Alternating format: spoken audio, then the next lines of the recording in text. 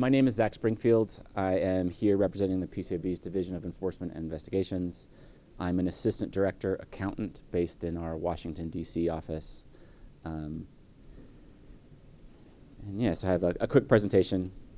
Sort of standard disclaimer, the views I'll express are my own. They're not necessarily the board's or the board staff. And then finally, before we get into things, we have our first code word of the session. So the code word is 272.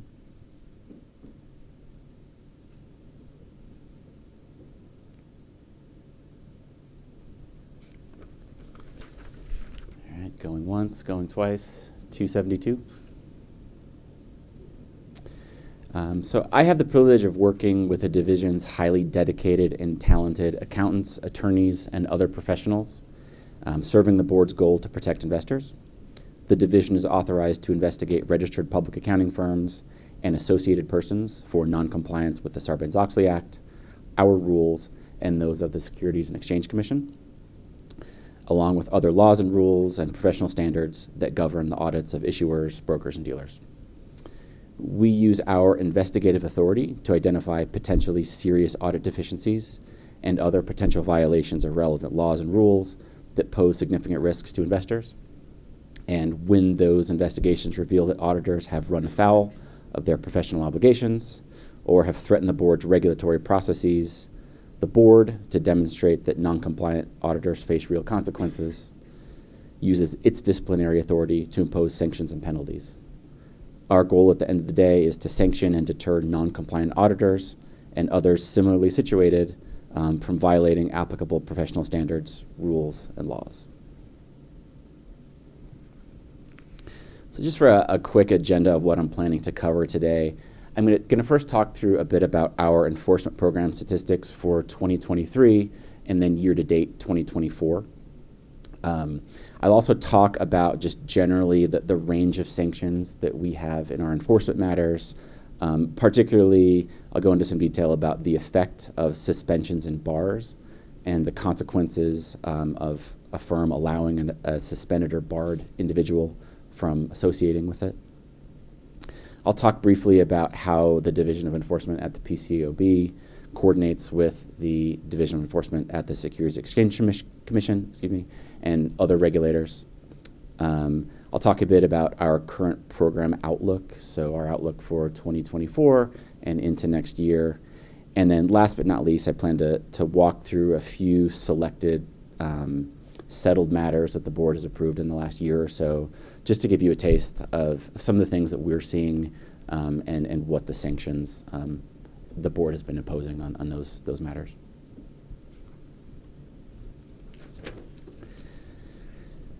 So during 2023, the board set records in both the number of public orders and the amount of total civil money penalties that were imposed.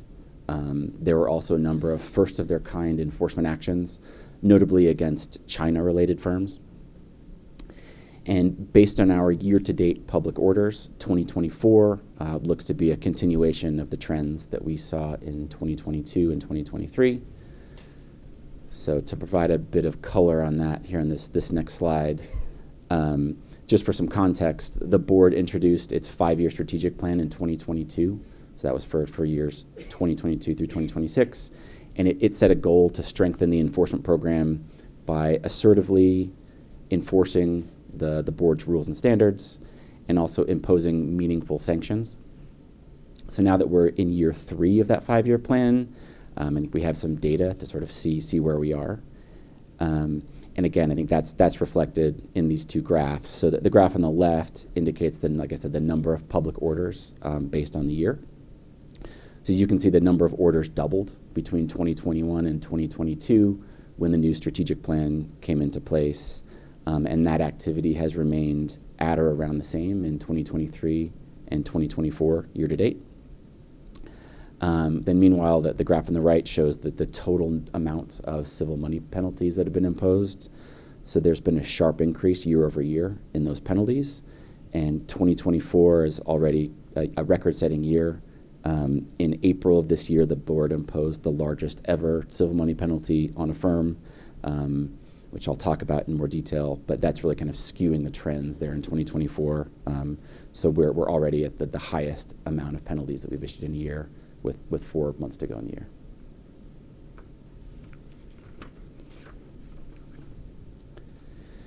So this slide talks about the range of sanctions that are available to the board for sanctionable conduct. Often, I think our sanctions are thought of as being primarily fines or civil money penalties, as we refer to them as well as suspensions, revocations, and bars. But in addition to those, I'd like to highlight a few more forward-looking sanctions that I think are becoming more common in some of our orders. And that are available to the board when it's appropriate. So those include undertakings, so related to mandatory trainings or mandatory changes in a firm's policies or procedures, as well as requirements that a firm appoint an independent monitor or an independent consultant to deal with some of the issues in the order. And like I said, I think there's, and we'll see in some of the example cases I'll walk through, but that's becoming more common, and I think the board has viewed that helps to ensure that problems are appropriately being dealt with as opposed to just imposing fines. Oh, let me go back. So we now have our first polling question. So what is the largest civil monetary penalty ever imposed on a firm in a PCAOB settled disciplinary action? A, 3 million, B, 9 million, C, 18 million, or D, 25 million?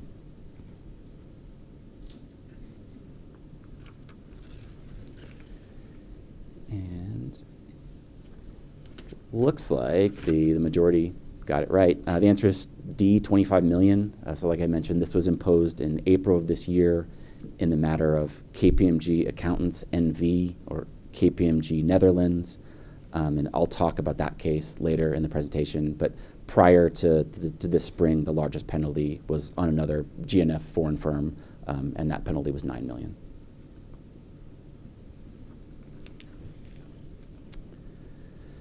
So it's critical to understand the effect of a PCAOB suspension or a PCAOB bar, even if you yourself don't plan to be subject to one. And the reason for that is that some firms and individuals have been sanctioned for allowing a suspended or a barred person from improperly associating with that firm, that registered firm. It's also important to note that in addition to association with the registered firm, it's also unlawful for a person serving a PCAOB bar or suspension to associate with an issuer or a registered broker-dealer in any accountancy or financial management capacity. And likewise, it's illegal for those entities to permit a person to associate if they're serving a PCAOB bar. I have a question about that. So you're saying that you can't even do private companies at the same firm if you get suspended or barred? It gets complicated, and it's, I think there's within the rules there's some prongs that would sort of identify that defines what it means to be an associated person. One of those prongs is receiving funds from public audits. So I think, and this is certainly not something that I would be able to advise on, but I think firms have worked with counsel to identify ways to avoid to separate themselves from that, but it is a complicated process to get there. Okay. So our program outlook for 2024 is similar to what it's been in past years, but a continued emphasis on significant sanctions for conduct. So we continue to prioritize investigations that involve significant audit violations that present risks to investors, matters that threaten or erode the integrity of the board's regulatory oversight processes, and matters that threaten or erode the integrity of the board's or audit matters that relate to significant independence violations. We also continue to focus on matters that relate to deficiencies in firms' quality control policies and procedures, as well as we take interest in new and evolving matters. So cryptocurrencies and SPACs are things that we've certainly taken an interest in the last couple of years, and that tends to come from what our inspections group is seeing and referring to us.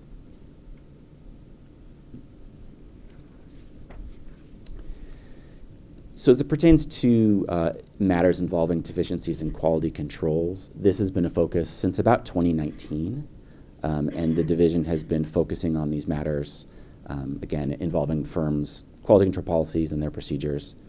Firms have the responsibility to ensure that they are compliant, they and their personnel are compliant with all the applicable professional standards. And our view is, or the board's view, is that a proper system of quality control provides firms with reasonable assurance that they will in fact comply. So during 2023 and now the first 8 months of 2024, during that time period, the board has settled approximately 30 matters that concerned violations of quality control standards.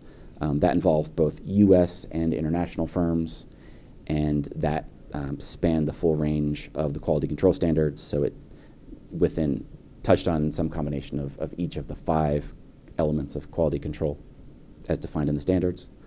And again, I'll talk through a few of the more significant orders that have come through in the past year in this bucket of 30. Before I get there, though, we have another code word. So the code word is 389.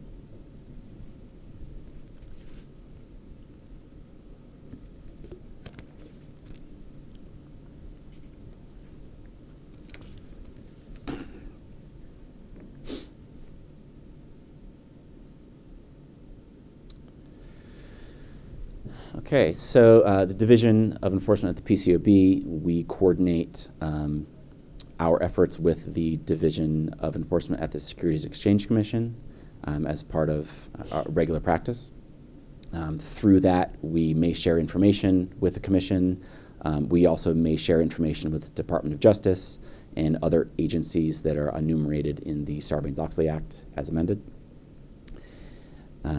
As I mentioned, this is a standard practice in coordinating with the SEC. Oftentimes, this may result in parallel investigations where the PCAOB is investigating the conduct of the audit firm and the SEC is investigating the conduct of the issuer, management, potentially others, depending on the facts and circumstances. This can also result in either the board deferring an investigation of an auditor to the SEC, and vice versa. It can result in the SEC deferring an auditor investigation to us. There are just various reasons why that might happen, but a lot of it just depends on resources and which agency is best suited to deal with the investigation. In addition to our coordination with domestic regulators, we also work hand in hand with a number of foreign regulators. So those are foreign regulators where the board has a cooperative agreement with that securities regulator, and that helps or facilitates to collecting evidence, sharing information, and ultimately charging respondents. Some of our foreign investigations also result in parallel investigations. So this would be where an audit conducted by a foreign firm, we may be looking at that audit for violations of the board's rules and standards. Meanwhile, the foreign regulator would be looking at violations of their rules and standards, even though we're looking at the same audit.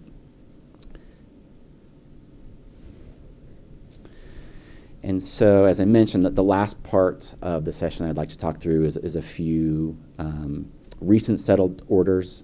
We always like to highlight these in the small business forums, like I said, just so you can understand what we're seeing, touch on some common themes that we've seen in the past year, and then again, hopefully provide some context to the sanctions that are being imposed in relation to the nature of the conduct. So the first order I'd like to highlight is the matter of Warren Averett, LLC. In this matter, the board found that the firm violated auditor independence requirements and also failed to implement policies to reasonably assure that its personnel would comply with auditor independence requirements. So Warren Averett is a member, or was a member, of the BDO Alliance, which provides its member firms with access to resources of the BDO firm. At the time of the conduct, Warren Averett extensively marketed its connection to BDO through this alliance, as well as it marketed the overall quality of the BDO brand. So while performing a 2019 and 2020 audit of an issuer, Warren Averett audited certain valuation work that was performed by BDO, the firm.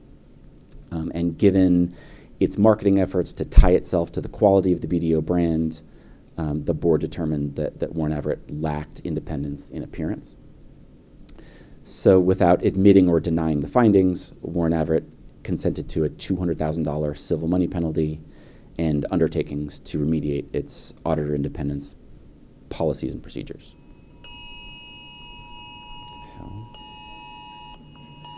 Oh. Just a test.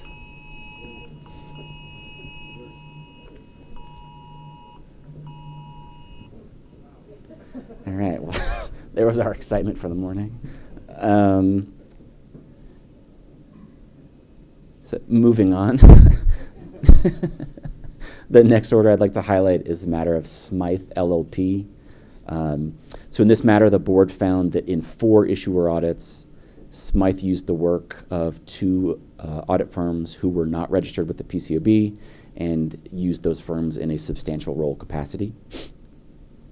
In connection with those audits, Smythe repeatedly violated PCAOB rules and standards, including failing to adequately plan the audits, failing to perform adequate analysis of whether it could serve as the principal auditor, and then failing to establish adequate quality control policies and procedures concerning the use of the work of other accounting firms.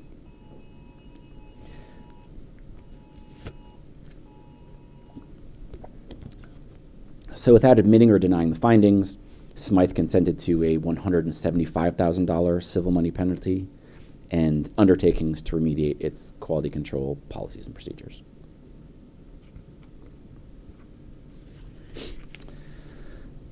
So the next order I'd like to highlight is the matter of Haney and Company et al.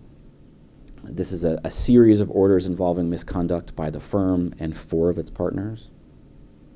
So the board found that on 2 separate 2019 audits, the respective partners and engagement quality reviewers each violated PCAOB rules and standards. The board also found that the firm itself violated PCAOB rules and standards on these 2019 audits, as well as violating PCAOB quality control standards. So specifically, the board found that the nature and the type of the audit deficiencies on these 2 unrelated audits reflected a deeper failure in the firm's quality control systems. So in the audits at issue, the engagement partners each violated various PCAOB rules and standards, including a failure to exercise due care and professional skepticism, a failure to obtain sufficient appropriate audit evidence to support the audit opinion, and a failure to evaluate whether the financial statements were presented in conformity with U.S. GAAP.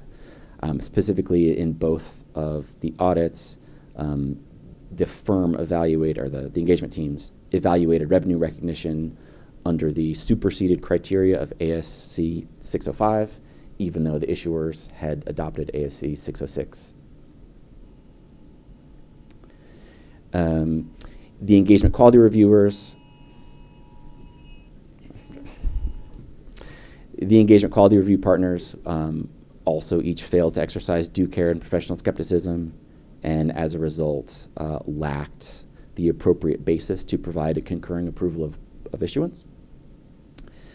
For certain of the violations that are detailed in the order, the conduct was found to be particularly egregious because those individuals were on notice from a previous PCAOB inspection that the procedures were inadequate, and over the 3-year period didn't make any substantial effort to remediate those findings. So without admitting or denying the findings, the firm consented to a $400,000 civil money penalty and the adoption of an independent consultant. The engagement partners were each consented to a $65,000 civil money penalty and a 2-year bar. And the engagement quality partners each consented to a $30,000 civil money penalty and a 1-year practice limitation. So we have another code word. Code word is 843.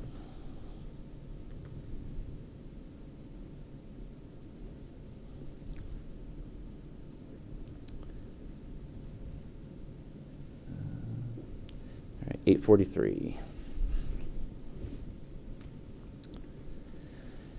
So the next matter I'd like to quickly highlight is the matter of Witham, Smith, and Brown, PC. So in this matter, the board found that Witham violated PCAOB rules and quality control standards by accepting a substantial number of new issuer audit clients without substantially increasing the number of partners to perform that work. And as a result, the firm's system of quality control failed to provide reasonable assurance that its personnel would comply with the applicable professional standards. Specifically, in 2021, the issuer's audit practice increased by almost 500%. So that was from approximately 80 audits to almost 450. But by contrast, the number of partners assigned to those issuer audits only increased by about 50%, from 15 to 23.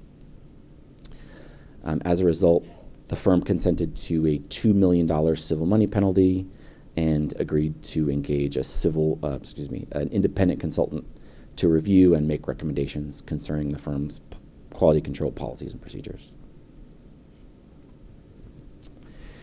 And last but not least, I'd like to talk about the KPMG Netherlands matter.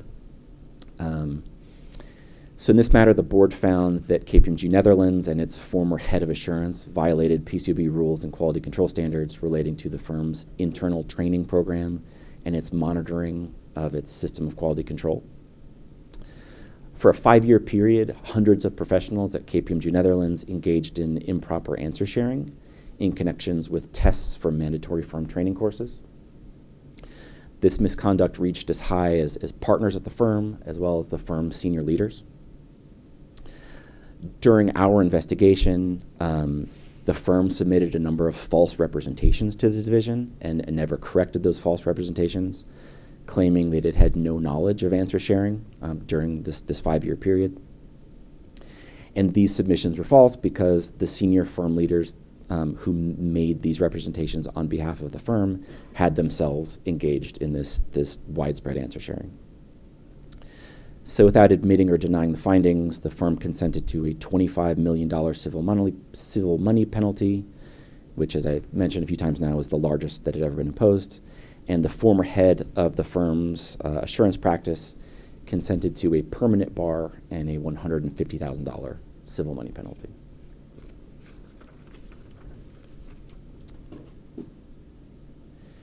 So a couple things to wrap up. Now on the screen, this is the information about the board's tip line. Our tip line is an important facet to our work to ensure investor protection.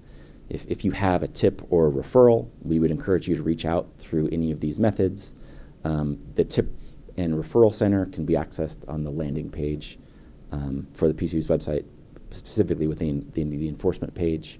And this is a process that's managed by the Division of Enforcement, and we review and perform due diligence on every tip that comes through.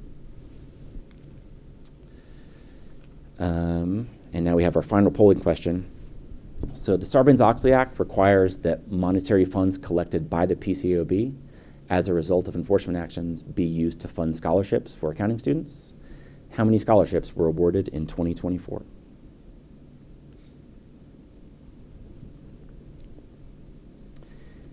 And it looks like the majority have the correct answer, which was 676. This was far and away the most scholarships that we've ever given out, which is a direct result of some of the large fines that have been imposed in the last year, again, particularly the fines this spring in the KPMG Netherlands matter. So with that, I think I've got a minute or two left. Thank you for your time today. I'll maybe try to respond. I think there were a couple questions that came in earlier related to enforcement.